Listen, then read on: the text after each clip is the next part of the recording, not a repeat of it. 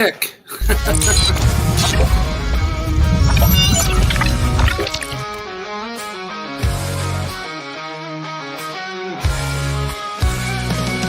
Engine scream, track on fire. Speedway mystery, fuel and tire. Voices crackling through the night. Fast lane jumping night. Gear shift sweat on the track. Cold-blooded eyes staring back.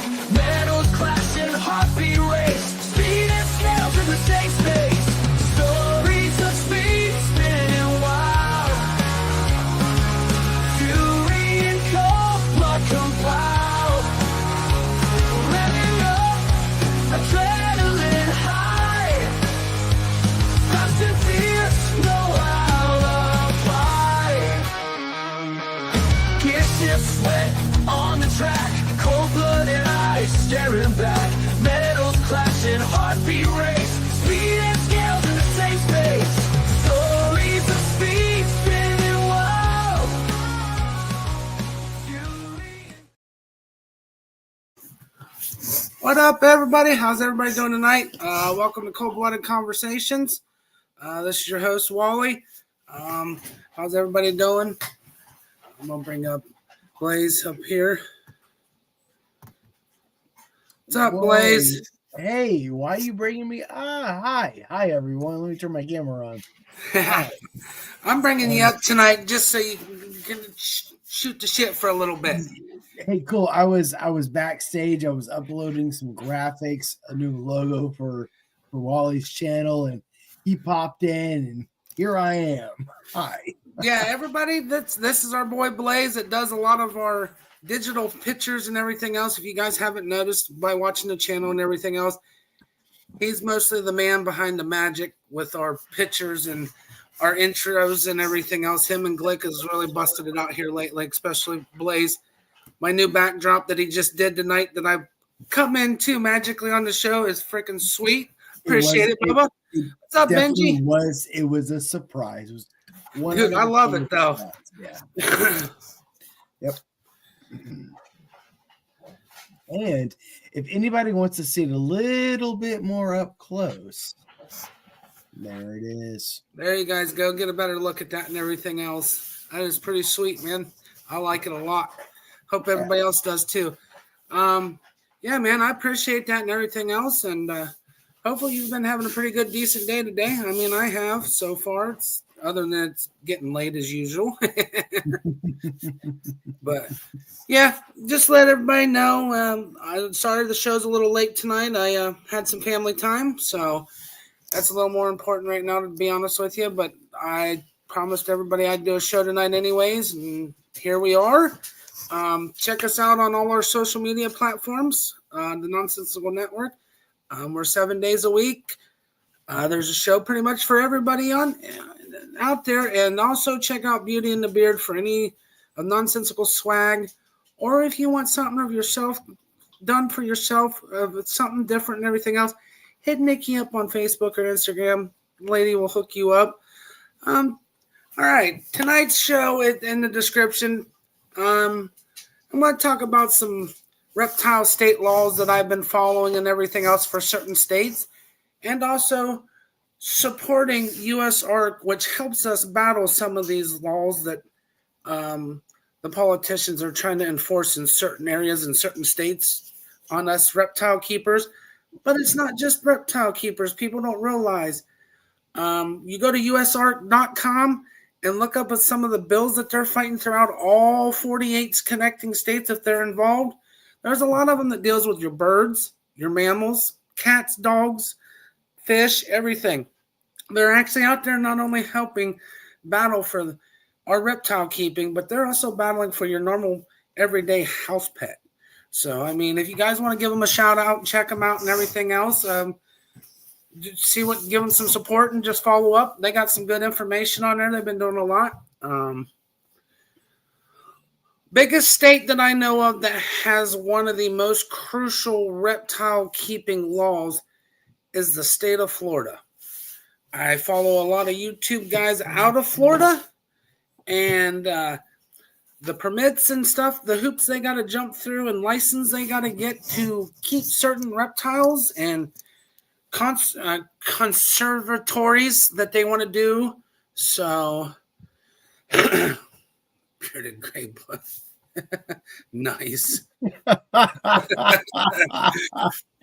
Yes, man. You're always a blessing. But yeah, down there they got strict requirements and everything else for.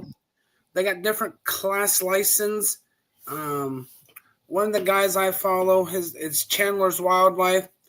The gentleman just went through and had an FDA inspection so he can actually show and keep mammals on his property of different types.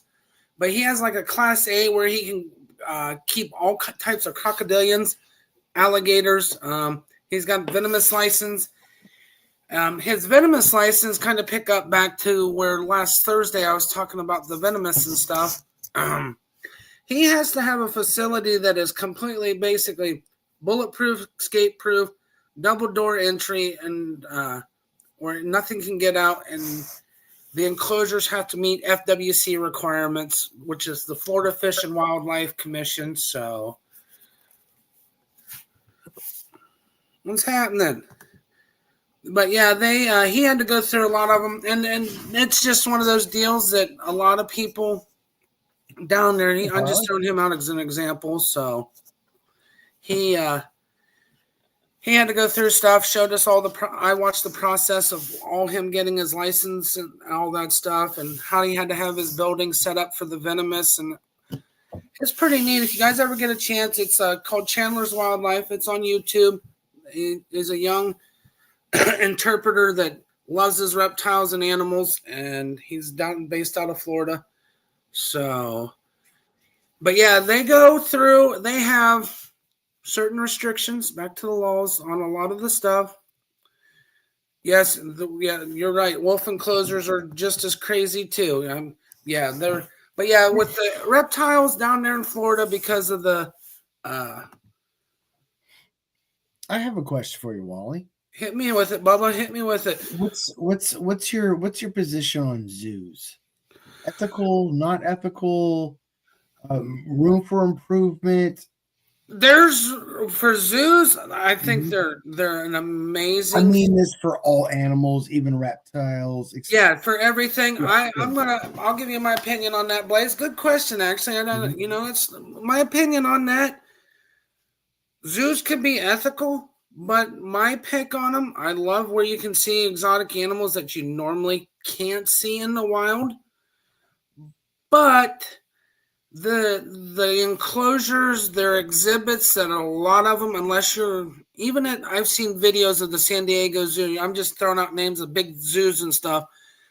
Their enclosures are not what these animals in the wild are used to. I mean, I know I get there. A lot of them are captive bred or they're like surrendered because they can't be in the wild or they were endangered. I get that. But if you really, like, as Zymphia said, the animals are sad. I mean, literally, you actually watch a lot of the mammals, the big cats, everything else like that, the lions. They are literally miserable. I mean, and it's sad. I have issues with zoos because there's not a single animal on this earth, no matter what it is, that wants to be in captivity. You know what I mean? No, and I'll be honest with you, I understand that. That's why with my ball pythons, my bearded dragons, a lot of us that are into that, the proper people, we try to give them the best they can for being where we're at. But honestly, yes, and I don't want people to conflate my idea of zoos and having pets and caring. Oh no, your point on loving for your pets. So there's the zoo aspect of the things are way different, in my opinion, than pet keeping. Because honestly, with pet keeping, you can actually take the chance of giving them more open space, taking them to different. Exactly. Yes, you're right. Pet is a different than a display jail. Correct. With a pet, though, you can take them and you can travel places. He's got a point, and I agree 100%. I'm 100% behind that. I don't think I've ever heard that, but I'm not hating that. And honestly, he hit it on the head. It is. It's like an animal jail. It's basically prison. But yeah, back to that. But yeah, if you ever look at the big cats like the lions, the tigers, the cheetahs, yes, they may be laying around, but when they are active, you can see in their face the sadness, like your dog if you've been gone so long or you got after them. You know how they give you the whiny face, give you the pouty face. But these you see every day. People don't realize it. I mean, it's neat to see them, but at the same time, those animals are honestly suffering. Yeah. They really are. But there's a place, where the hell is it? I know you were talking about usark, and I'm curious about usark and their mission and yeah. And yeah, you ever get a chance, man, you ought to check them out on their, because they've actually went up a battle. Phil Gross, the president of the usark, at one time, if I remember right, but I'll have to double check. Don't quote me on it. But he actually went to battle with the Bronx Zoo over the way displays were done at the Bronx Zoo because they weren't big enough for like lions and everything else and proper keeping for reptiles. I think it was either the Bronx Zoo or a zoo out in California. It was one of the two, but I'll have to double check. Like I said, don't quote me on it. But yeah, but the zoos, with the zoo situation, me being the animal lover I am and everything else, and I mean, reptiles are my favorite, but there's a lot of room there that could be done because a lot of these big zoos have the space to make something where the animals aren't nearly right. Oh, you're 100% right. I get that out of my captive bred ball pythons, man.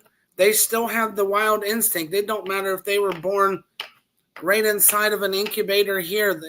Mother Nature is Mother Nature, dude. There's no taking it out no matter where they're at.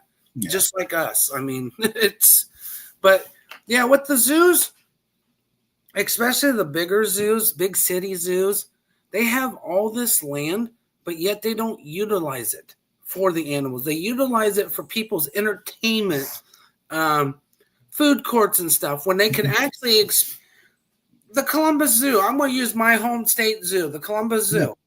Yeah. Me personally, they own all kinds of land and everything else. They can make the exhibits 10 times bigger if they want. But their excuses I've heard of multiple zoos. Well, we don't have the funding. We don't have this. We don't have that.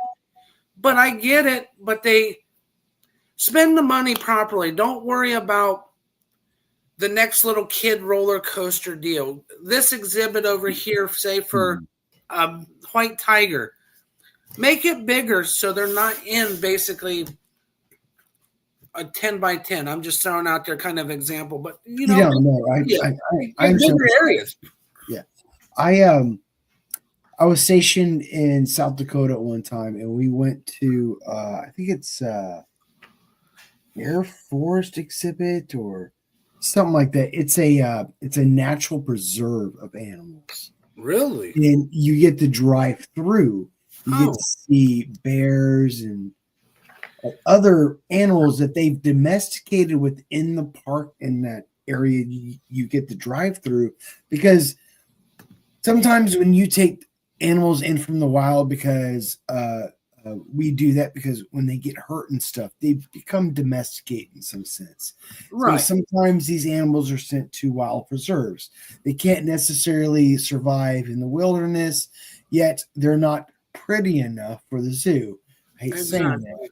Yeah. So they go to wild preserves, such as there's one in South Dakota, and you get to drive through it. You get to see the bears and stuff.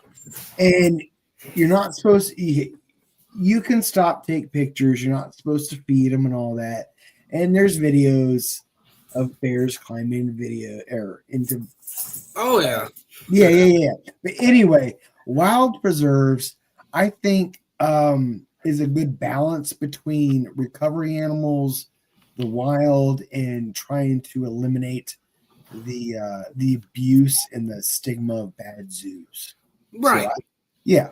So we got one of those. It's called the African Safari. It's actually down in southern Ohio. You can drive through and you see a lot of the African life that they have.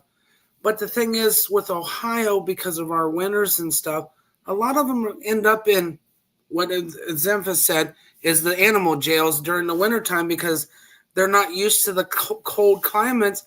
But you can drive through, see them, and I mean, they're in this place is huge. It's like 2 mile drive through. You can go different routes. So, what's this?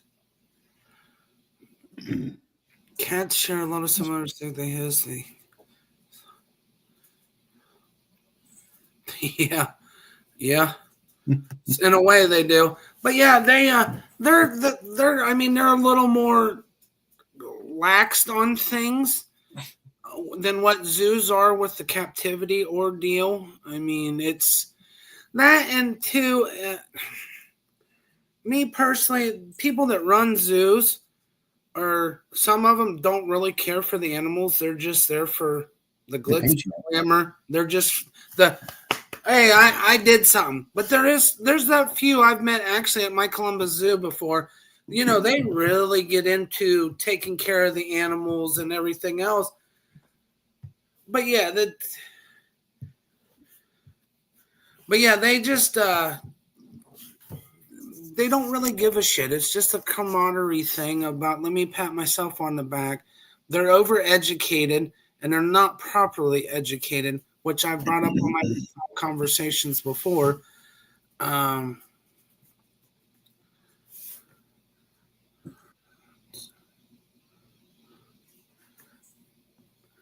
But yeah, they I mean, they kind of zoos. I mean, I like them to a point. I mean, it's neat to see, like I said, people that can't afford to go like to Africa, stuff like that and everything. But at the same time, you can see, like I said, you see the misery on all these animals' faces. Hands free. I suspect that you're not a flat earther. Yeah, dude. I like smart people. I love smart people. Oh, so. Yeah. I mean, it's the elephant part of that will make you cry. Oh, great. That's bad enough. It's bad enough they battle that shit over in where they're originally from in Africa with the poachers and shit that they and everything else that they got to deal with. But yeah, the zoos. Well, this will be the last thing I say. The zoos are okay, but they're not the greatest thing in the world. But you can get some education, but it's not the greatest education. I mean, it's neat to see the reaction of kids. I mean, it's there, but that's also not there, the educational part of it. They leave a lot of the history of these animals and their livelihoods out of the stuff. They only want you to know what they were taught themselves. You know what I mean? Yeah. It's kind of, but yeah, other than that, that's my opinion on zoos, on how, I mean, there's so much they could do with those two, but yeah.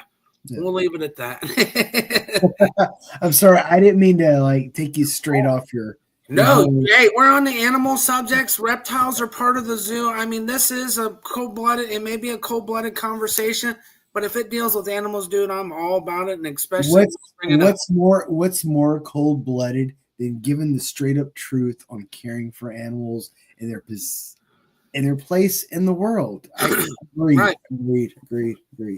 Yeah. I mean, you can't go wrong with that. And I mean, like I said, I follow a lot of big name YouTube people, and you can see that. I mean, yes, some of it is they act a little goofy, like that Challenger does when he does his feeding days with his crocs and stuff.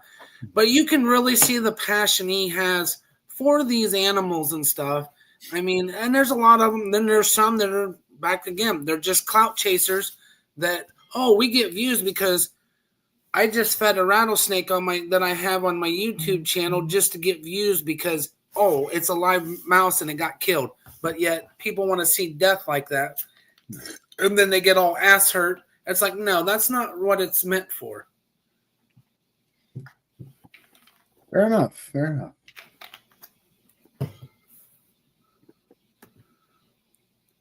Oh man, some of the zoos, it's even worse than that for to get in to actually go see that stuff, bud. It really is. and it's ridiculous what they charge. And then half the time you go in because you'll see a sign up. It's been a while since I've been, but last time we went, there was a couple times we wanted to go see the polar bears and shit like that. The family did. They had signs posted, animals sick. Well, yeah, because you're not giving their proper diets, their proper, just nature in itself. Yeah. We're modifying it to what our specifics are and not what it actually is intended for. That's the biggest problem. Do you mind if I bring up a recent current news that I was made self-aware or within this week about this kind of topic? And it just popped go right ahead, big man. Bring it on, buddy. I think this was in Japan, but apparently the zoos there are having, and this could be in other parts of the world, the spectators put on certain sort of glasses when you go see the primate exhibits. Because primates, because they're closely related to humans, can pick up on emotions when it comes to eyes and body language and stuff. So to prevent primates from going out of control and getting pissed off at, lack of a better term, stupid humans that want to piss off primates, put these glasses on so it confuses the primates that you're not effing with them. So no shit. Nice. Yeah, I'm gonna have to check that out. Yeah, it's a cool idea, but at the same time, the fact that we need to employ something like that, it's kind of it's sad. Well, like they brought up about the animal jail. That's almost like I'd be like in prison. You got a lifer that's on death row, and this dude's, I'm just gonna bring it up, even though it's an animal show.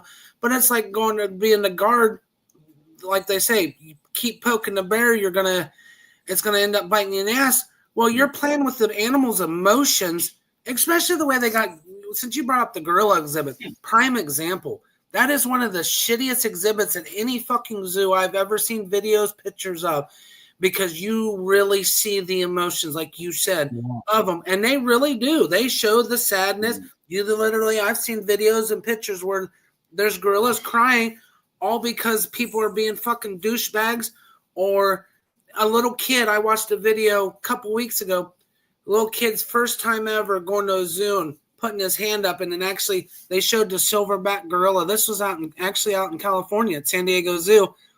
It actually started crying when he put its hand up to the glass with this little kid. It literally shed a tear. The parents zoomed in on it. That's sad. Yeah, and this is the kind of and the primates are actually, my opinion, one of the worst treated animals in a zoo, in my opinion.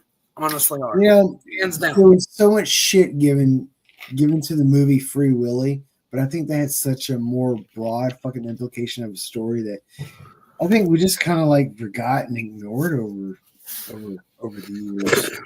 Right. No, it is. Well, and then we'll get back into like my reptile side. Yes, I understand snakes, lizards, and stuff really aren't meant to be what they are. Yes, years ago, these animals that are in the pet trade, and I'm gonna be straight and honest with you. Hey, Xamphius. I don't think it did. You guys got that link, didn't you? It's the Indian billionaire who built a huge refuge and rescues slave animals. It's not open to pay. I'm not completely sure if that's the story I was referencing, not knowing it. Then that probably is. Oh wow. Yeah, and I've seen where the links and stuff. Well, that's just like the Bengal tigers and stuff, not having the pools to swim in and everything like they enjoy over in Asia, where they're poached and everything else for their teeth and their fur and shit. But yeah, it's just crazy the way they were. These reptiles and stuff were honestly smuggled over here into the pet trade from people taking trips. And some people made a career out of it. And a lot of these animals out there now, we call their CBB, which is their captive bred babies. They're literally born now here. But like 30, I think 30 or 40 years ago, one of the biggest names in the pet trade, he used to be a smuggler. Yeah. And then, I mean, I don't have no disrespect for the guy, nothing else, but he's learned his lesson because he actually did jail time for this stuff. But now he's an educator of being an animal keeper, and that's What's Tom his name? Crutchfield. What's his name? It's Tom Crutchfield. He used to be him, and a bunch of guys used to smuggle animals into the Tom states. Tom Tom Crutchfield, Cruth. and then field after. Should be able to pull him up. I might have misspelt that, but it's right Yeah. there. Tom Crutch. Yeah. But yeah, he was back in the day. Sorry. But he was back in the day. He was one of the ones that brought a lot of these exotic animals and stuff in and stuff. Whoa, that's pretty sweet. Awesome. Thank you. Wait. But yeah, he was back in the day, the early times, getting into it. Just like with the ball python situation, how it got populated. Hell, what is considered a normal ball python now, back when it first was here in the States, was almost $50,000 for a ball python. Yeah, and it wasn't even nothing fancy. Well, I'm just saying, I'm just saying, I know nothing about reptiles, trades, none of that. I love animals. That's about as right. But they were making, I mean, they were making hand over fist, basically they were the animal cartel, we will per se, back in the days of the 70s and stuff when that was going on. Now the gentleman and his family have a facility in Florida that's got lots of land. They educate people on the animals and the proper ways to take care of them. Yeah. Now I don't believe in karma. I don't. No, I know. But no, I get that sentiment. I do 100%. I love my dogs. Yep. My dogs love me. And if that was a measurement of one's value or what you're going to be in the next life, I'm golden. But I think, yeah. Yeah, I get it. But he's another one big name that I follow, and he educates a lot of people. His animals, legit, they've got their hides. They've got their areas. When the weather's bad, they go in and hide, and they take care of them. But they pretty much free roam this property in big areas of different, I mean, he's got different lizards, different snakes. But, I mean, this stuff, his place is freaking amazing now. But, yeah, when I first found out about him, I did some research. This was about 10 years ago.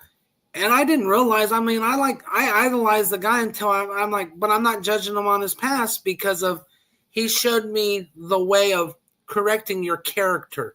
That just goes to show you he learned his lesson and he learned from it, and he's trying to teach people basically not to do the shit he was doing. Okay. But yeah, animal wise, I mean, it's neat. But yeah, to the usark.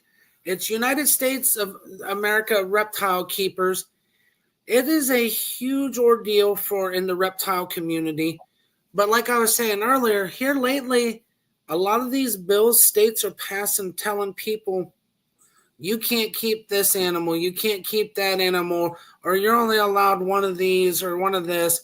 I get there's you got to regulate yourself. You basically got to police within yourself. You can't be like the crazy cat lady next door that has 1,000 cats that you never see come outside. I'll use that as an example. But it's a very, very, very good example. I mean, you can't if you want the government to stay out of your business, well, then be responsible. Exactly. And this is the problem. And this is why the usark was started, is because of irresponsible, and I'm going to say assholes that cannot respect the animal that they have in the reptile community. But a lot of the bullshit that happened with Florida, which they have their version called usark Florida, they're battling the legit reputable reptile keepers are getting a bad name because people want to be idiots.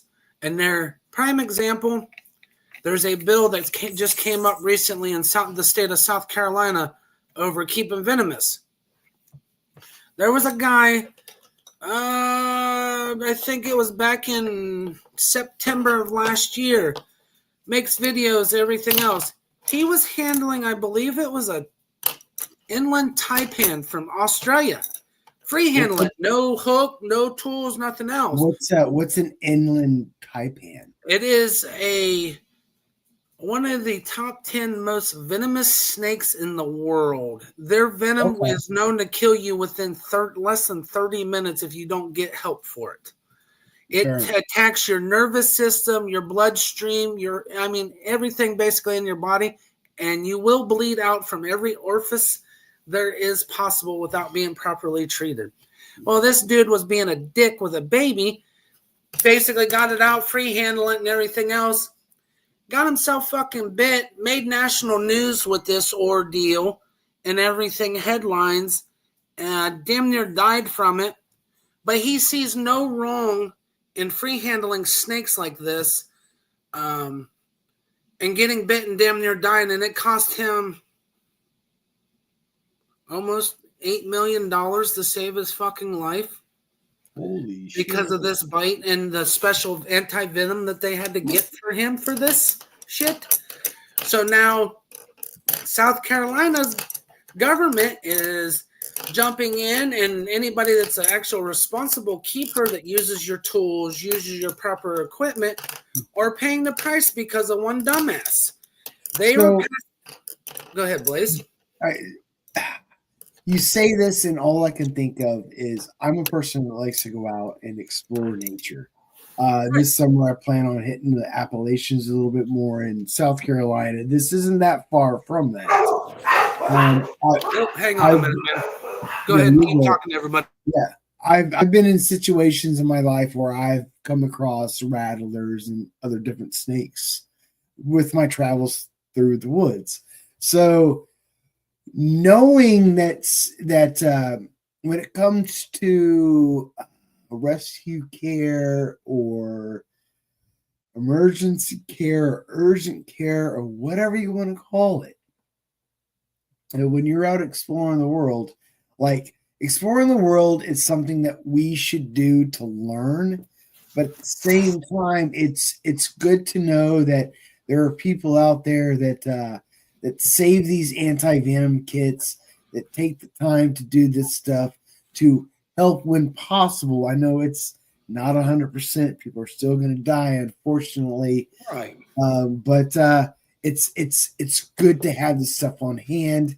It's good to recognize the need for this stuff, especially if we're going to be a explorative species that learns and takes in knowledge and to better the future and our exploration of the world.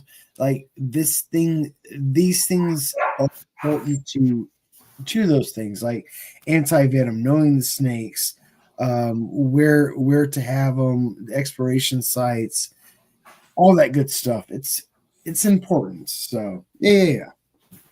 Right. Well, and the thing of it is, you brought a good point up. People need to self-educate themselves. I mean, and exploring and everything else, nature, like you were talking. Mm-hmm.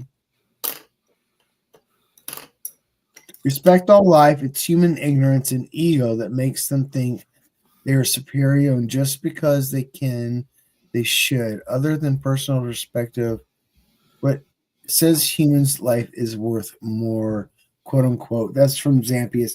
Zampius, I agree. We are not these. Like, I know.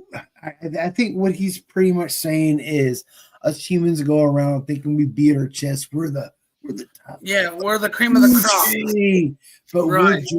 But we're just as acceptable to nature as every other species on this world, and we can just as easily folly. So just keep that in mind. Well, that's what I got out of that. That's what well, that too. I mean, honestly, we people may think we're the top of the food chain. Me personally, Mother Nature's top of the food chain. I mean, we're all part of Mother Nature. If we can't all coexist, it don't matter you're human, animal, or not. There's always going to be something out there that we're not that could take us out, or there could be, you know, like you brought up hiking. Look how many different bear attacks and stuff happen in certain states where bears are big at, because you're invading their territory. They were here before we were. I mean, I'm going to be honest with you. It's just one of those things. Animals were here way before the human life was even thought of. My opinion. But yeah, you always seeing about bears attacks and all this stuff. And the thing of it is, with some of the bear attacks, most of them happen because there's mother bears. If you dig into it more, they were protecting their cubs majority of the time. It wasn't always a provocative thing. They were territorial because they had cubs around. But then there's wild animals just don't go about their day and be like, you know what? I think human. I'm going to attack one today. Exactly. You know what? There's humans over there. I'm going to go fuck them up. No, they don't do that. No. Well, that's like you leave us alone. The moment we don't leave them alone, they're gonna fuck back. They're gonna do what they were intended to do. Prime example of what Mother Nature shows where he just said stupid people usually. Xanthius is one of our most intelligent viewers. I love you, my dog. That was weird.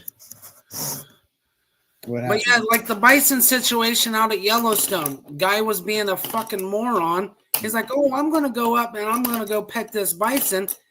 What do you think a wild bison's going to do when you're around a herd with babies in it? Oh, I'm going to let you pet me. No, I'm going to fuck your world up because you're messing with everything else. You're messing with our livelihood. I've been through there. I've seen those bison. You watch them. You appreciate them. You take pictures of them. But you stay far away from them. Don't go touch them. Yeah. And this anything that happens after that you get hurt out of it, I'm sorry. You did it to yourself. Exactly. You found out. Yeah. But yeah, I mean, that's the thing. We're invading their area and people want these animals killed off. Dude. No, we're taking their space. We need to learn to coexist. But that's where it comes back to the educational part of how to coexist. And that's what I preach. And I've learned this over cohabitation. Cohabitation. But the thing of it is that would be scary. I drive a small car.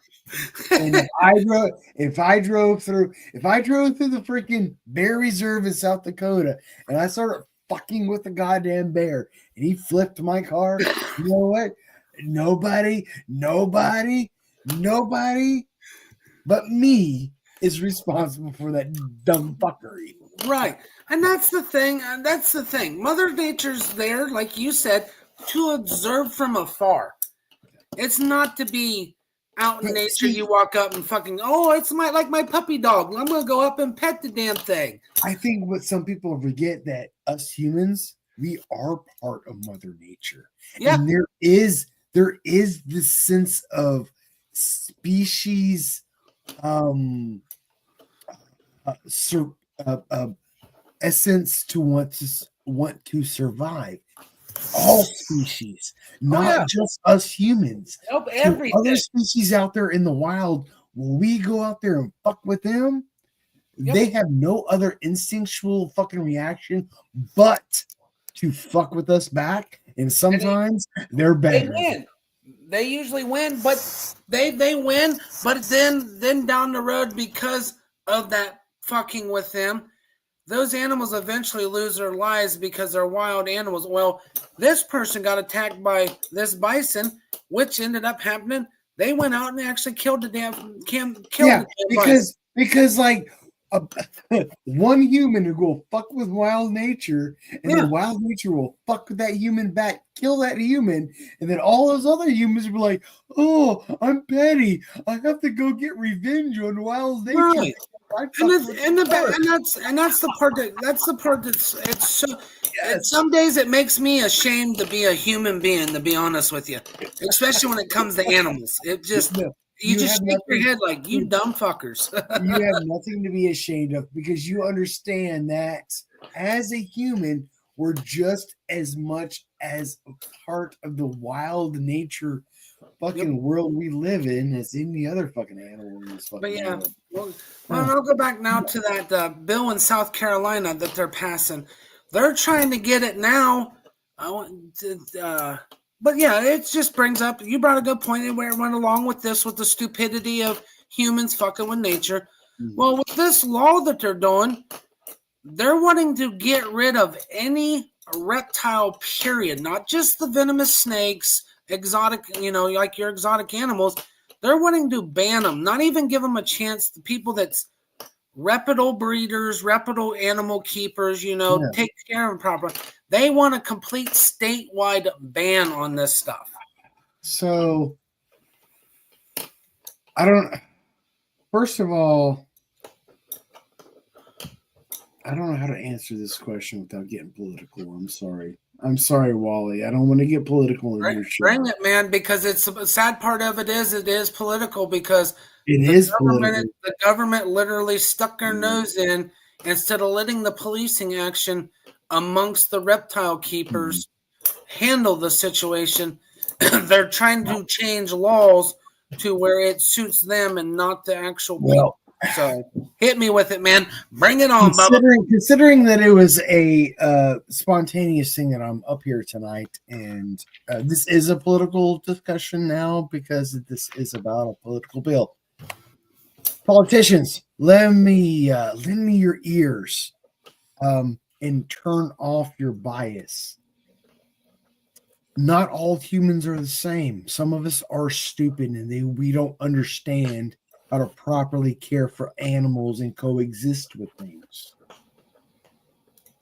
That is a minority. Just like we don't like to oppress the majority over the minority, you have to realize that not all humans have that same sentiment, that a lot of us are able to learn to coexist with animals and have pets and learn how to take care of them regardless of how exotic, quote unquote, they are. I think labeling a pet as exotic ignores the fact that a human being capable, because this is when humans are above the rest of the animals, because we are capable of understanding things. So we are capable to understand that a lizard that we adopt, a monitor lizard from Guam, Okay. from the Pacific Isles, has different necessities and an ecology and things to keep them alive. And somebody with an exotic knowledge of animals would know that, compared to somebody that wants to keep a crocodile from South Africa because they live in a different environment than that monitor lizard from Guam. Now, you can't sit here and think that all humans in this country are dumb and can't comprehend that and pass laws that restrict that sort of stuff. You have to give humans the ability to express their knowledge and their intelligence. If you can't restrict everybody based on a few dumb people, I think is basically what I wanted to get to. And the sad part of it is, us in the animal world, we see this on the regular, man. Yeah. It's sad. We get labeled because of the dumb few people out there. Yeah. That are irresponsible. I have friends that have exotic plants. Well, that too, but pets, parrots, and all sorts of gators and all sorts of things. But like And I know these people personally, and they take a chunk of their life out to sit there and learn, and they read books, and they spend like days out of their fucking lives to learn how to fucking care for this animal that they're fucking adopting. But because of one bunch of people that don't want to be that responsible, cost people like that, like me, and like all my other idols that I idolize, that we have to fight to try to show that we're not like these dumbasses like this guy did in South Carolina.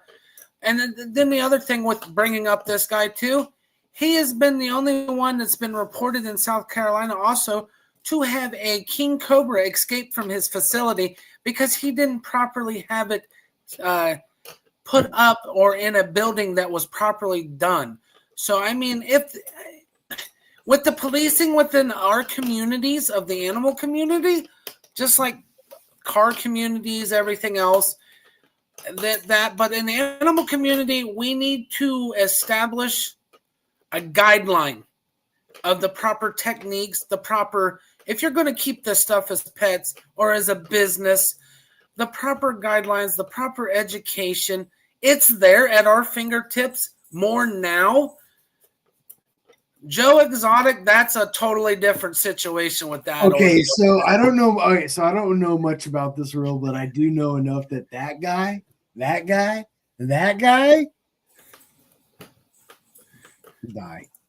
That is honestly, that motherfucker's another one that's literally an irresponsible, arrogant prick, in my opinion. He got what he fucking deserved. I'm sorry. Even if what's her face is still wrong, they're both wrong. Yes, they were both. The sad part is he got what he deserved. She's gonna get what she deserves in the long run, but still, they're both dumbasses that we have to deal with because of this shit. Like that whole Tiger King shit, like when that shit first came out, man, it took me months to finally sit down and be like, okay, I'm gonna watch what everybody's fucking crying about. And then I watched it and I'm like, why is everybody taking sides? Fuck both of them. Yeah, they're both. Yeah, that's exactly what. That's what yeah, and that right there was actually for the longest time when that was going on. You always heard somebody miming that every time around and stuff. But yeah, he also had it where he had, like I said, a king cobra, literally legit get loose and go 4 city blocks in his area that he was reported and got cited for. Yeah, right, 4 city blocks isn't a small area. Yeah, it is. And that's where they ended up catching it. 4 city blocks down in this area he was living in. And all he got was basically a ticket and told to make sure you don't let it happen again. And then this bullshit last fall, where he's free handling on YouTube, making a live video. And I mean, this inland taipan was a baby. Is he still making videos? I haven't seen him in years. He hasn't made video not for a long time. Okay. But this guy in South Carolina, he was he was just free handling, not using, like I said, snake hooks and shit, and he paid the price for it. Now like I said, the reputable keepers and stuff worldwide, it don't even just affect there. It's hitting in the state, but once shit like this starts, it's a vicious cycle. It just state to state, country to country. I mean, they want to ban all exotic animals in the state of South Carolina right now. Like right now, that lizard that came across the screen that one night you guys were all on with me and Jeff freaking flipped out over. They are completely banned in South Carolina because people, it's a cute little lizard, didn't realize it was going to be almost a 5-foot long lizard. So they thought, it's going to survive in the wild. So they just let it go. So they got them banned. See, so when people say that there should be regulations on who should own, like there's this like give and take. Like I understand on on one point. That's the thing. But That's the then I thing. Guys, understand with on the us, other point where there is an over thing. So it's right? like, Well, don't ban it. that's what it is. Like, have the citizen prove to the state that it can be. That's exactly what Florida does. That's why they do what they do down there Like, with the keepers. I understand You gotta people prove don't it. like the idea of, oh, I have to go and pay for a license. Well, You there's pay a for a reason fishing why. license. There's a reason why people have a license. That way you don't fucking get on the road and kill people. So you don't own a fucking lizard or reptile to kill people. No, Like, there's a reason for that shit. they're your enjoyment and pleasure. But yeah, I mean, there is some of them too with the FWC. I've seen a lot of. I'm never not gonna not laugh at that. Yeah, I couldn't. As soon as I seen that, I started laughing myself. But yeah, the FWC, they have those kind of things in place. But sometimes I've been seeing follow FWC there in Florida has been trying to bend the rules a little bit in their favor, which has bit them in the ass because the laws are put there, and once you show them and you're doing proper, they have to back the fuck off. So, but yeah, I mean, that's the thing. Something similar to that stuff. I mean, I can get it, but like I said, a lot of the policing needs to be done in our own community. Jesus Christ. Oh man. You mean you don't want to live your Zambies personal... is one of those motherfuckers that are like, hey man, you wanna go hit a cafe, have a cup of coffee, and let's talk about how the world is burning. But yeah, I mean,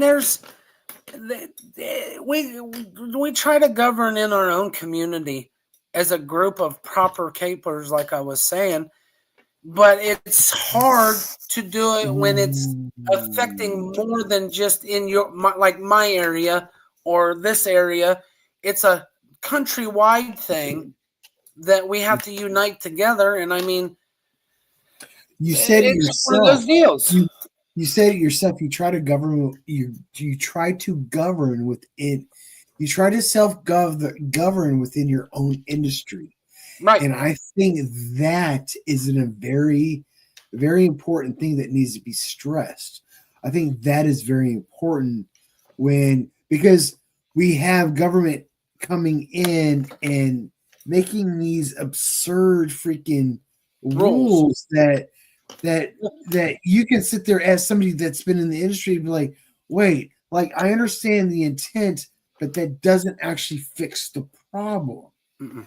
Have the people that within the industry that sees the problem and agrees with the unethical shit, and have them within the industry and make that decision, because you guys are the experts. Right. And that's you guys can even bring in other experts that might not be within the reptile industry, but adjacent when it comes to animal rights and etc. So yeah.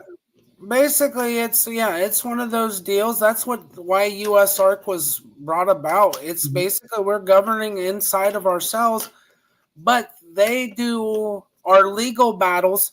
You support them, donations, and you can go on, and it shows you where your money goes and what it does and everything else. It sounds like the ACL. It sounds like the ACLU or the NRA or something like that. They're a group with they have lawyers within their group. They have donations to help fight for protections of a certain. But what is cool though is these lawyers and stuff, they're actually part of our community. That's what's even makes it even neater. It's not like it's not even like some random Joe Smo that you're going to pay all this money out. No, they're actually within our community as the keepers and everything else. So they know the ins and outs like the back of their hand, and they can go to battle for us doing this. It's not like that. And so it's kind of got the upper hand when it's like, okay, you want to go to court? let's rock and roll. We got our lawyer here, and he's gonna, or she's gonna So show. Oh, here, you this is have my. so you have people on your side that not only like legally knowledgeable, but they're knowledgeable in the animals that they're representing, Yep. and they're also knowledgeable in the community that they're representing. Yes, sir.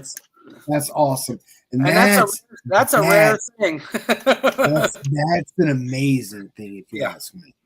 But yeah, it's one of those deals. I mean, you're always going to have your bad apples, no matter if it don't matter where it's at, what it is. But it's the sad part is in the animal side of it, it's more. Yeah, you're right.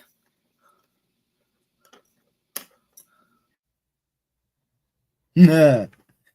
Xanthius, Yes, I we feel gotta have like authority ourselves. Xanthius, I feel like you're one of those weird socialist anarchist motherfuckers that I give a high five to and buy you a beer.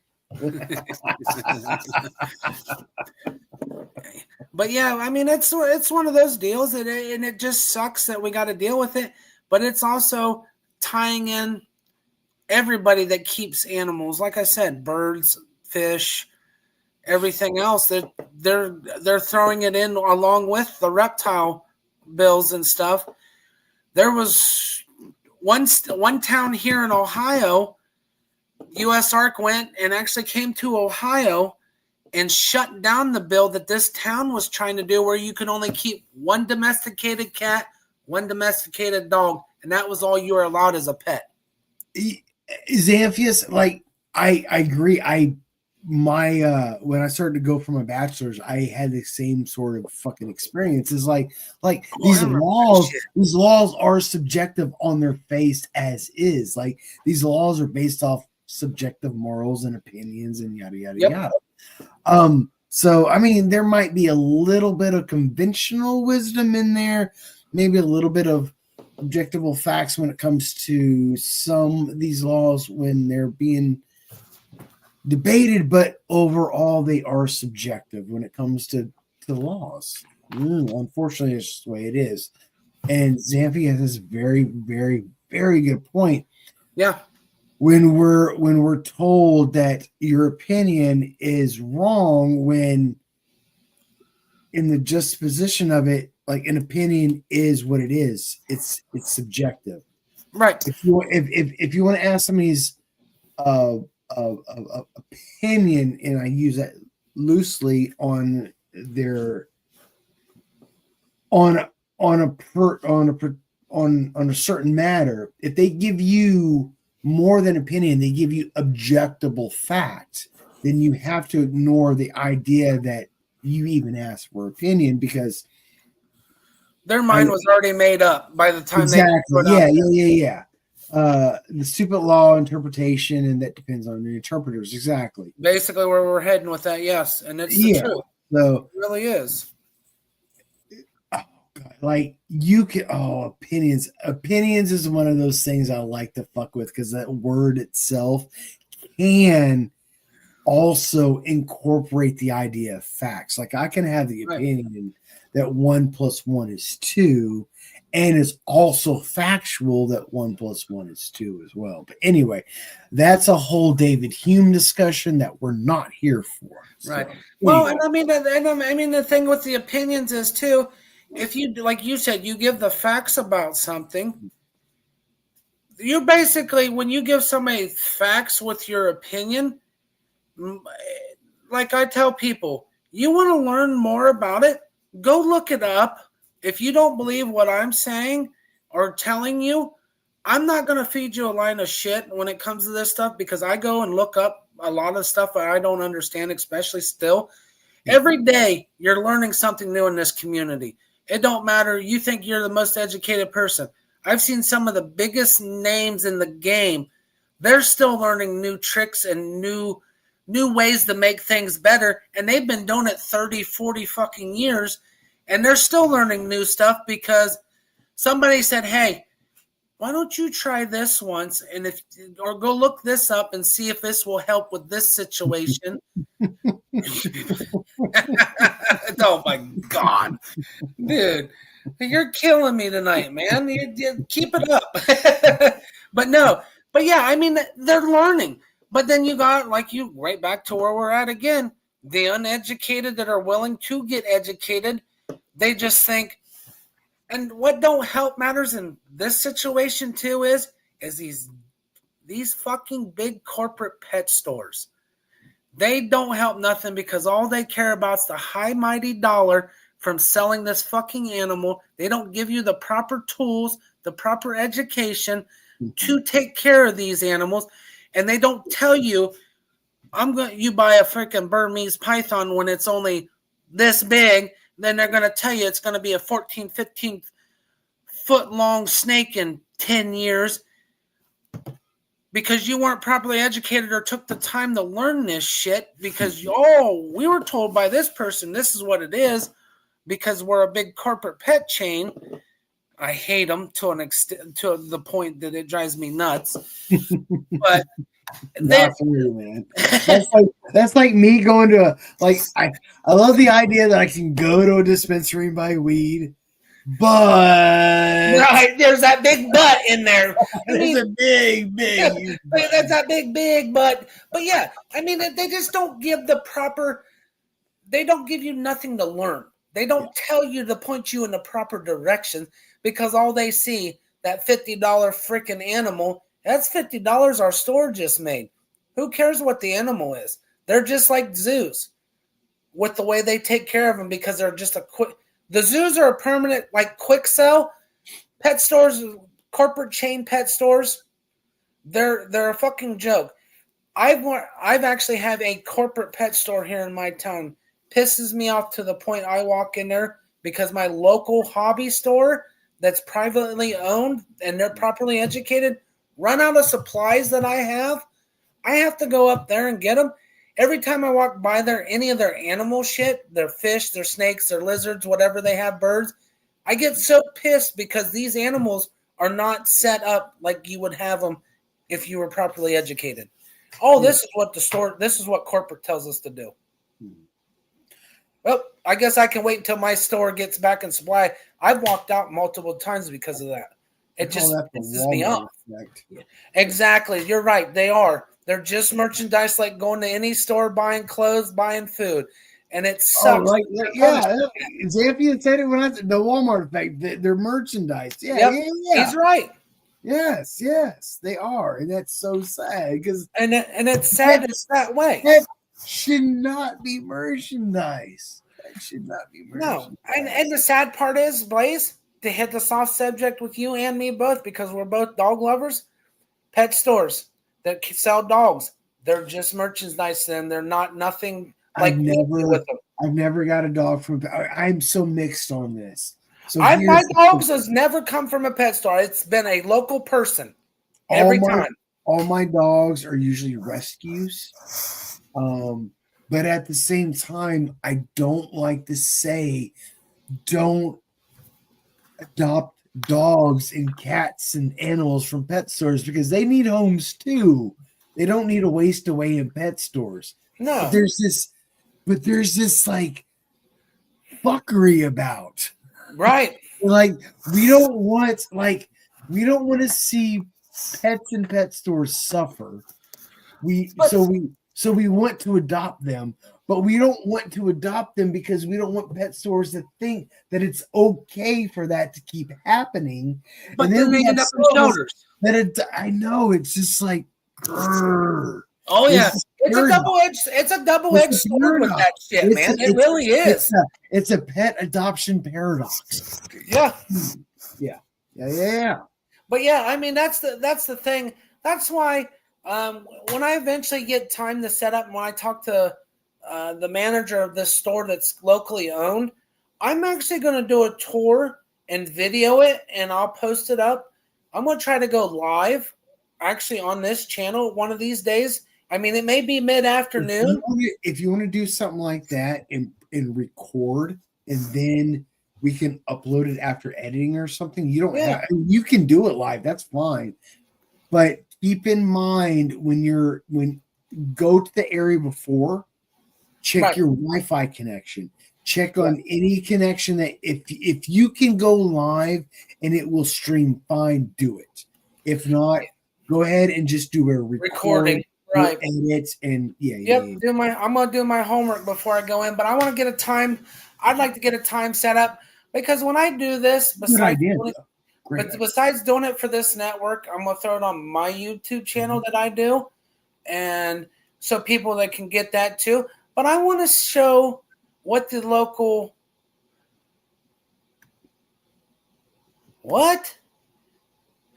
That is insane, dude. That is ridiculous. I don't know nothing about that shit. Me either. That's like black market bullshit right there, bud. But yeah, I mean, I'm gonna try to get a time set up. I mean, the worst case scenario is I video record it and I'll have it where we can I'll put it up. I'll get a hold of you and we'll go through it and But I want to show people what it's like where you see people that actually give a shit about their job, about how they take care of the animals. Yes, they are there to make money on them, but I'll tell you what, every time I've ever walked into that store, you're treated like family, and they treat those animals just like they keep at their house, even if they only have dogs. And this has no bearing on tonight's show, but You're good, Bubba. This is a creative thing that just popped in my head because I'm going to start hit me with it, man. This summer when it comes to an upcoming event next month. But I'm going to take some videos. I'm going to create a video montage. I want to post it up. So if you ever go out to any like lizard or reptile farms or anything like that, if you take video and stuff, dude, we can make a collage, a video montage, and we can throw it up just for shits and giggles. Yeah, definitely, I can do that. Absolutely. Yeah. Well, I mean, and then it fits in with this, but yeah, I just want to show that there is people out there, especially in the local hobby, that has storage fronts, especially here where I'm at in Ohio, that actually they do put the care into it. Oh yeah, I forgot. Yeah, you're right. Out in the Midwest, out there, it is huge, especially in Oklahoma and Kansas. It is big out that way. So.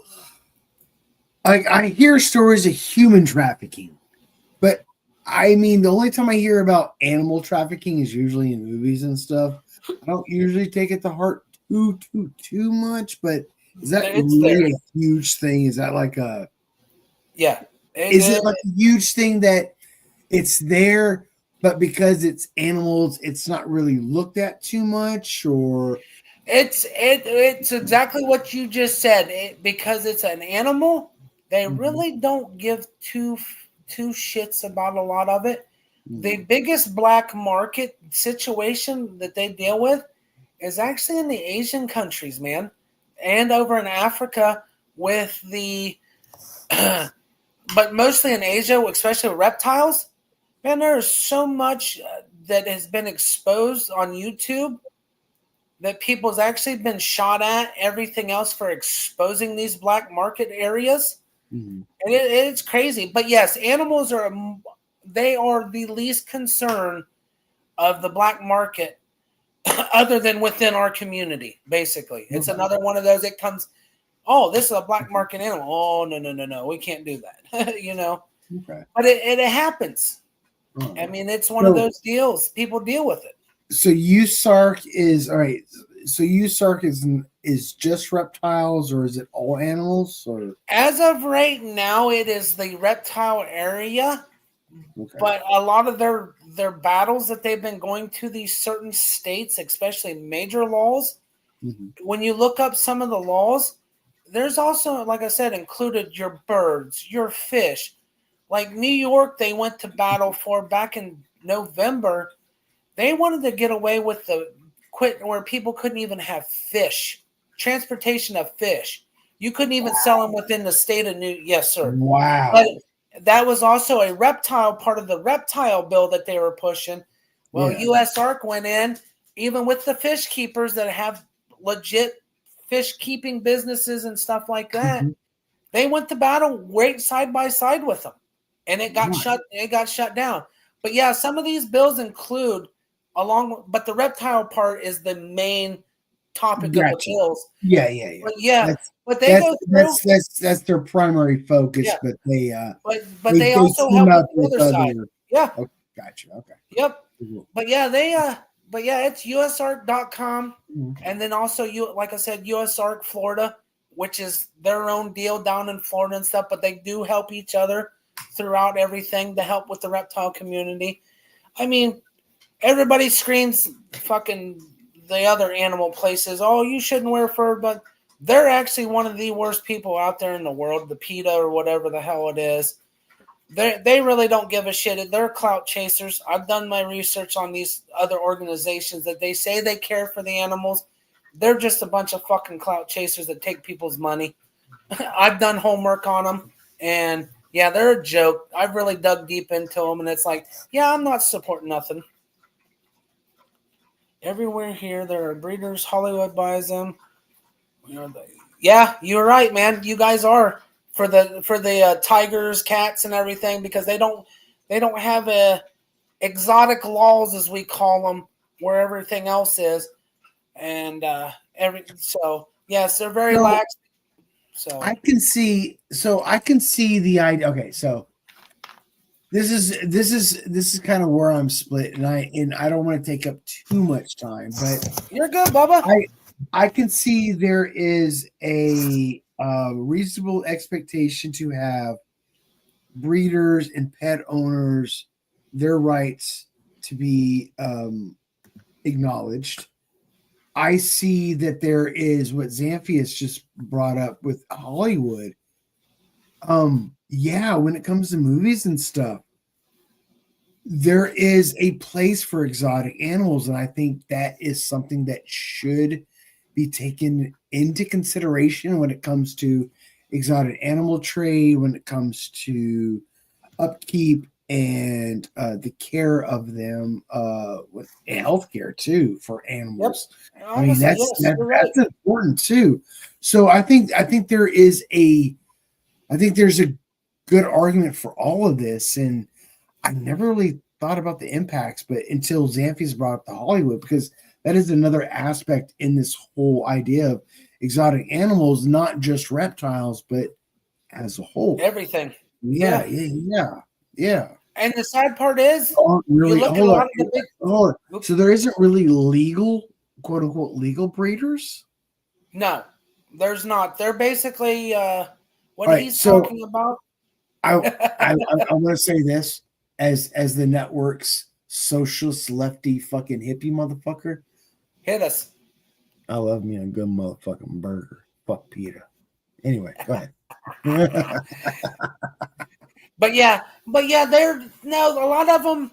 What he's talking about, there is legal breeders. Then there's what he was saying that sells to Hollywood. They're just after the money. The animals aren't properly taken care of. Like they're worse than zoos. Literally. If you would think, if Hollywood had the proper regulations against them, you would think they would be kept from doing that. You would think, but also think about it, Blaze. You brought up the other thing about the human trafficking situation, along with the animal deal. The animals, the human thing is here. The animals are here. Yeah. Hollywood's got money, kind of thing. So it's one of those deals. They're like, oh, it's just an animal. It's just the lion. But the sad part is, majority of those animals either die or they end up dying in a fucking zoo that they get surrendered to after they've been abused making movies. Well, it's a good thing I didn't come here tonight expecting to have a whole new perspective on capitalism, because that didn't happen.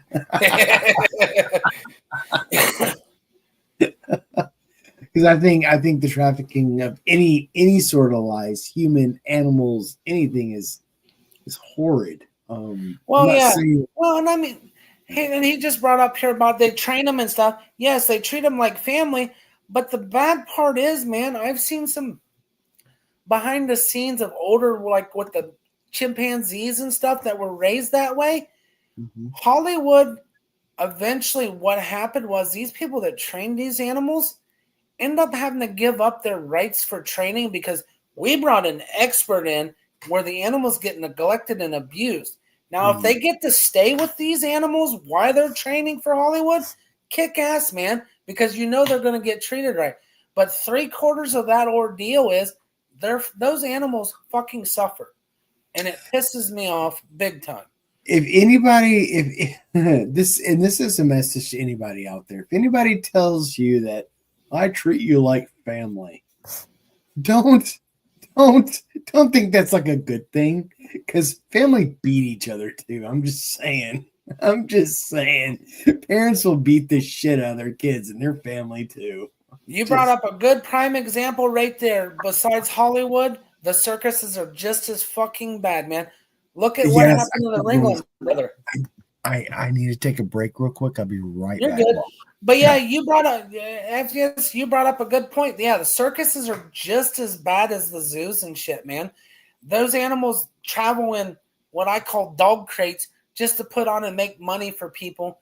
And then when they're sick and everything else, they're just pushed off to the wayside, which is bullshit. But once again, it comes back. They're they're just animals, man. No, they got a lifeline, like Blaze was saying. We gotta understand.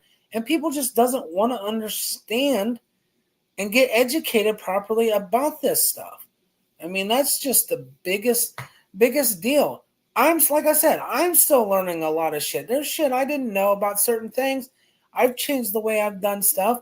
I'm still learning. There's a lot of my idols, like I said, they're still learning, and a lot of them has been in the game 30, 40 years, and they've changed things.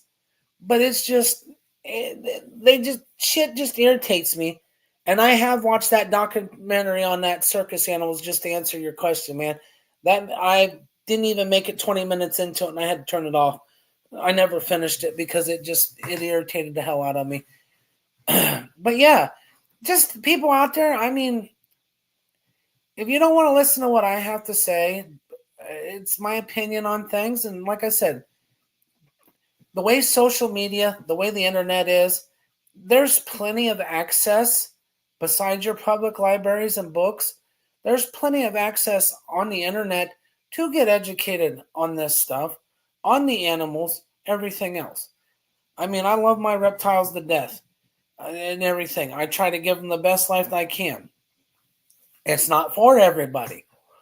Animals aren't for everybody. It don't matter, dogs, cats, whatever.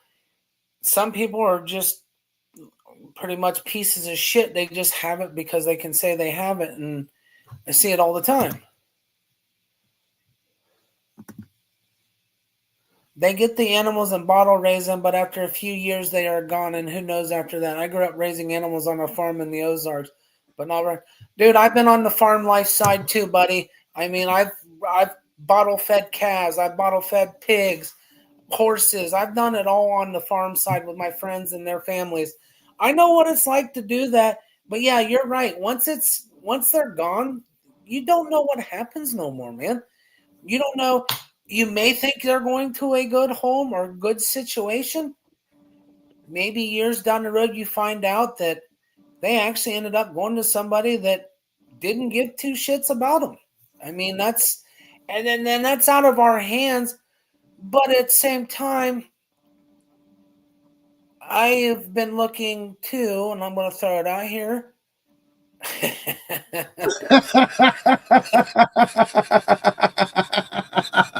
Cows.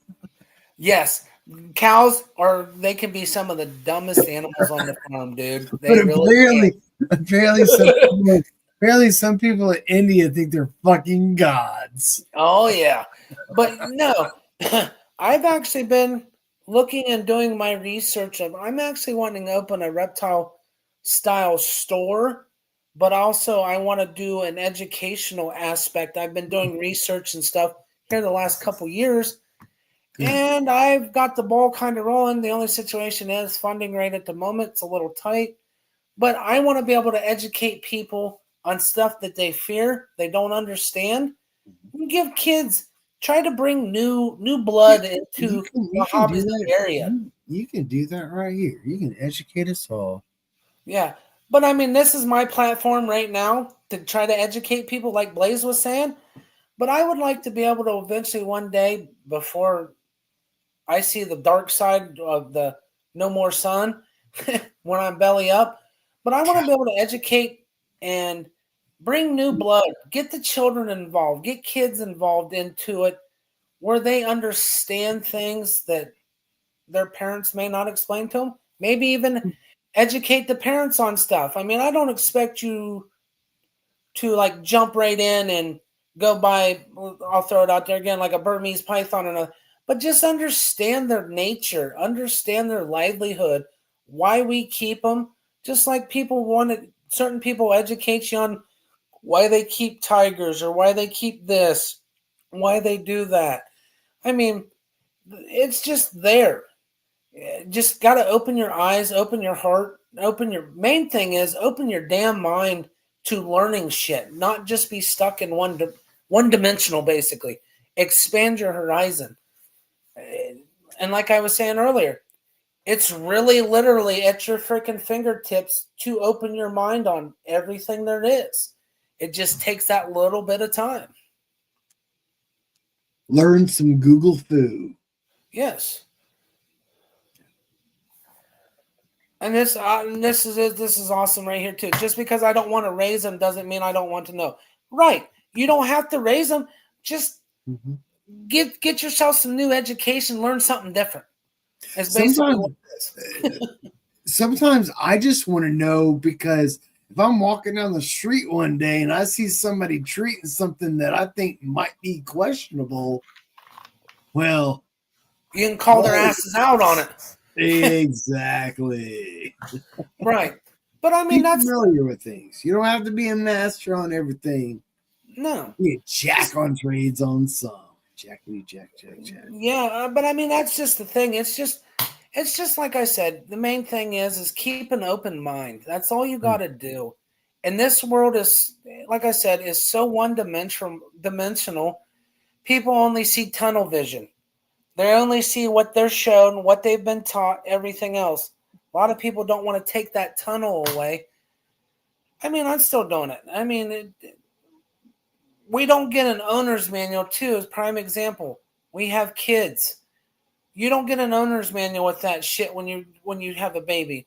You learn as you go, and you got to try to do your best. Some people don't deserve that, but I'm going to tell you what, it's always a learning curve. It does not matter what it is. Kids, animals, life in general. You're always learning as long as you keep an open mind. So I mean, that's the main thing I ask. And to just do your research, do home, basically like go back to school in a way. Properly educate yourself. Just open your mind up and educate. And I'm not expecting you to be the next freaking Steve Irwin or anything like that. Just, I hope you can look stuff up and understand kind of what I'm throwing out there and trying to talk about. But other than that, I mean, I really don't have nothing else to talk about tonight. I think I got pretty much it out there. Blaze, thanks for being a surprise guest because I caught you on the blind side tonight, man. Yeah. I was sitting here trying to church up your show, and I'm sitting here in the busted. Bring me on up. Heck yeah, man. Well, I mean, it's kind of nice. I'll be honest with you. I feel like, too, with you coming up here recently, the last few times when I've talked about certain things, I feel you've learned something new, too, besides you teaching me new stuff. You know what I mean? We're kind of educating each other. So, because we got to, like, one thing I can definitely say is we both got open minds, man. I mean, we're willing to learn, so. I agree. Any conversation you walk away with new knowledge is Thanks, Xmas. I appreciate it, buddy. Hope to see you on the next one, man. Dude, Xanthius is usually there on Fridays, too. He's there I see him on Saturdays. Actually, I see him. He was in there last Saturday. Week. Yeah. Yeah, but yeah, I mean, it's just nice that I have somebody. You know, I mean, yeah, you openly admit I don't understand something, and then it's like, oh, I didn't know, and I know you've hit me up a couple times. You've looked up some stuff and be like, dude, that's crazy. Some of the shit that you know I've talked about, and you've actually looked it up. And it's like, yeah, it's interesting on certain things. Oh, dude, Dude, nature, nature itself. I learned something new a lot about nature, like the world when it comes to ecology, or because I'm usually out in the wilderness. I Right. love my biggest thing, my focus when I'm out on the trail is fungi, mushrooms, I love mushrooms. I love finding them. I love identifying them. But animals are always in the back of my mind because I love animals. I have to And go you'll out run into them looking for those mushrooms. and I have to learn to coexist. I have Yep. to be safe. So yeah. So knowledge like this is always helpful. All right, Blaze. Hey, you want to do something for me tonight? You want to give everybody a big old sneak peek of what's going to happen tomorrow night on Nonsense and Chill, my brother? Or you don't have nothing going? You don't have nothing planned yet, do you? I do have something planned. I don't have a video or anything to show. Tomorrow is going to be cheated a little bit. I'm doing another lights camera discussion show where I'm Nice. gonna have a few topics of deep thought when it comes to movie in Hollywood and that genre. I do have a special co-host with me tomorrow. You guys should know him. I'll go ahead and tell you who he is. It's Michael Copenhaver. He was up last week. He's going to join me tonight or tomorrow night for some lights, camera, and discussion. As we all know, Jeff is on a hiatus, maybe not coming back. Still unsure. So Up we're in doing the what air. yeah. So we're doing what we can to bring you some freshness. Michael enjoyed last week, so he wants to come back up. Hell yeah, man. That's awesome. He It's, did great last week. he's a great guy. He is. If you guys don't know Michael Copenhaver, he is a comedian out of Ohio. Guys, go check him out. You see his YouTube channel. He's done other stuff with other comic troops. Funny guy, smart guy. Look him up. Yeah. So that's tomorrow night. I do have an exclusive for tomorrow night. Oh my god, thank you. I just almost forgot. Blaze me. This guy right here is gonna have the very first Nonsensical Network Nonsense and Chill movie theory. I have a theory of my own when it comes to Hollywood movies that nobody has touched on. I think you guys will appreciate it. It is from one of my favorite fucking franchises, Batman, more specifically Joker. Come Hell check yeah. it out. It's going to be my opening monologue, and I think you'll enjoy it. I think I'll definitely be tuning in tomorrow night for that, man. Mm-hmm. Thank you again, Blaze. I think I have cracked. I think I have cracked Christopher Nolan's Jokers. What's that? Where he comes from? His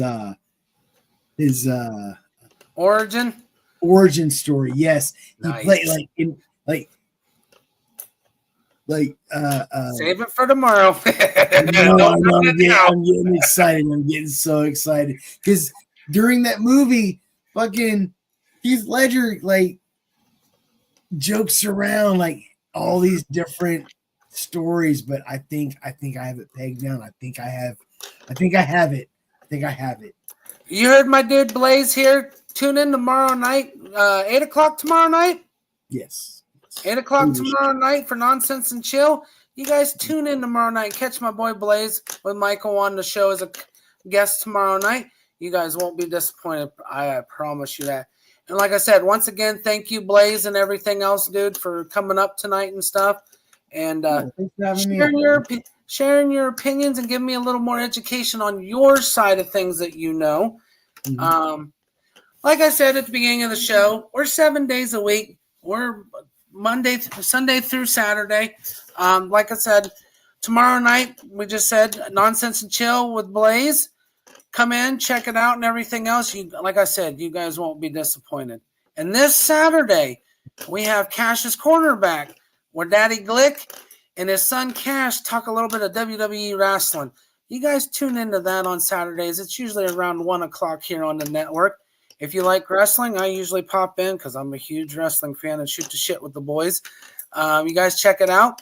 Saturday night is where all the craziness comes in, and we all let it pretty much hang out and have a good time.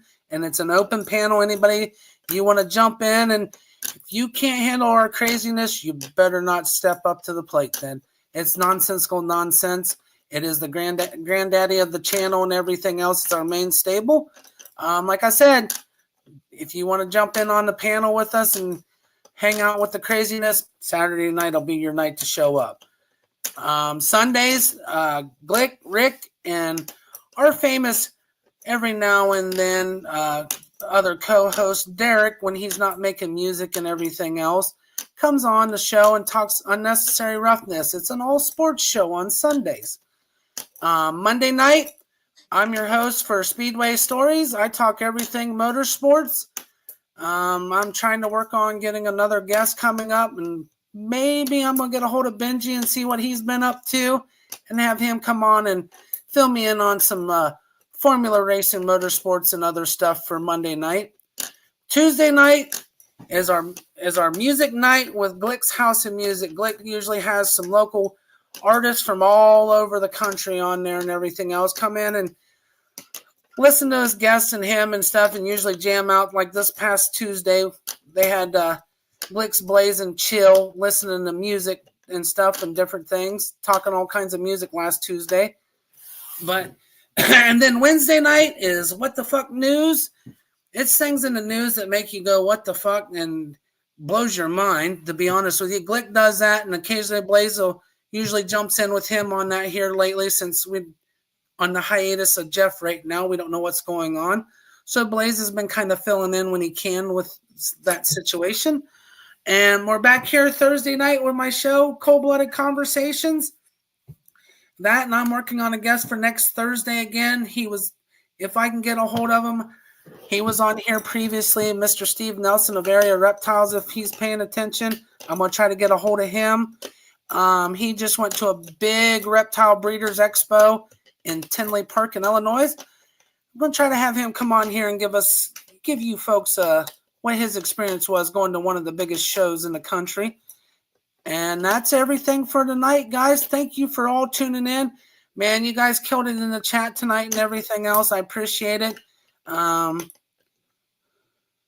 just trying to get Xanthius's. Oh, hell. I forgot about Xanthius that, is such a loving regular. Like, I like to give him his time.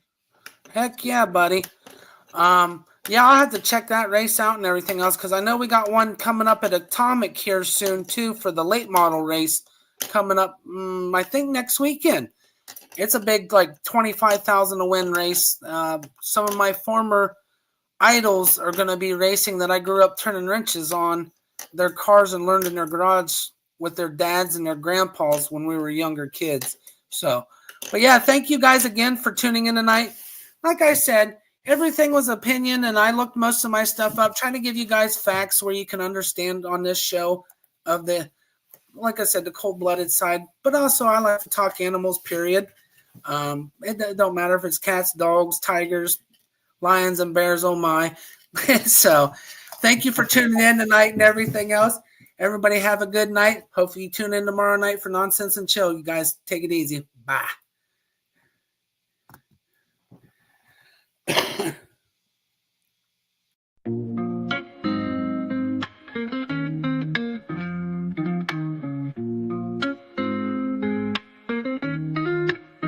Nonsensical network, different flavor every day. Movie talks, new flicks hitting the display. Microphone magic, musicians spill the praise. From reptiles to motorsports, burning rubber craze. Football clashes, touchdowns, epic plays. News spinning, catching on the latest phase. Gleaming cars, engines roaring up the pace. Street tales, urban stories we embrace. Tune in, every week diverse. Groove to the beats, let the rhythm immerse.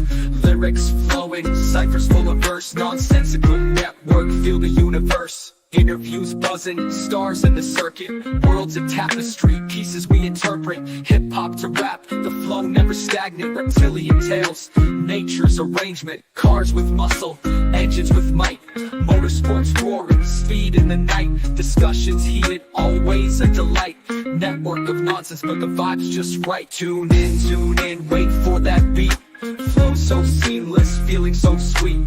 Urban grooves, rhythm from the street. Nonsensical network, always on repeat.